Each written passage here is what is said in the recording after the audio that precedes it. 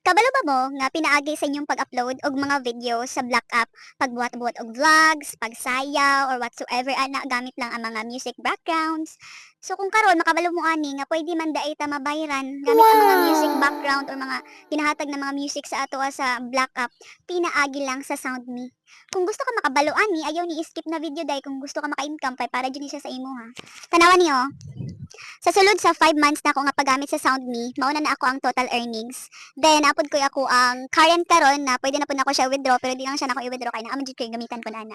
So, before ta mag-proceed, no? So, disclaimer lang, based lang po na sa akong experience sa paggamit aning koan, SoundMe. Depende na po na sa inyo ha kay kani manggod nga app is need yun siyang patience. So, nagsugod jud ko ginagmay hantod na nagkoan na campaign ang SoundMe nga mga $1, $2 hantod nagkahinay-hinay jud siya nga hatagan na jud kag campaign ni SoundMe nga mga koan, di ba siya nga dinagko like makuha mo siya ma-add-on lang yun siya hantod pwede na ka maka-withdraw. Ang minimum withdrawal po sa SoundMe is $5. Then better po siya nga kanang mag-withdraw ka in conversion to 500 plus pesos.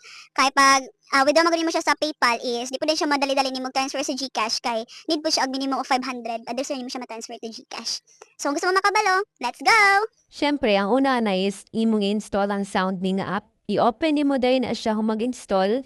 Imo daw hindi pang connect imo nga mga social media platforms. Then, desert ta makaatas sa mismong dashboard, di po nato makalimtan og butaha pa og referral code. Since dugay naman kong gagamit og SoundMe, mao ning status sa ako ang dashboard karon. Tapos kung bago pa jud mo ka-open sa SoundMe, apply jud tanan ang naa sa inbox.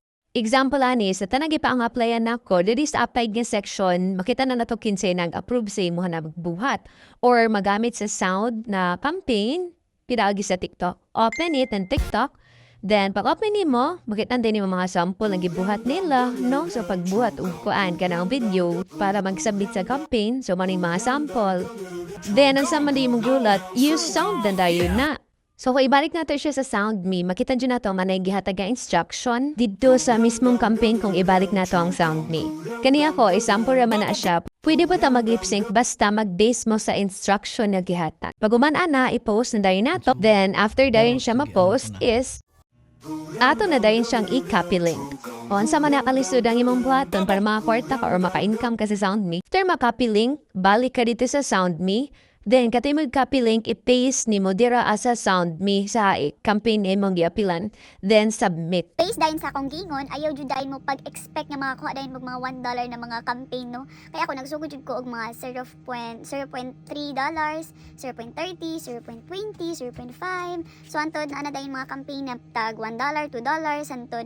Ang mga siguro, ang dako na ko nga nakakuan na campaign is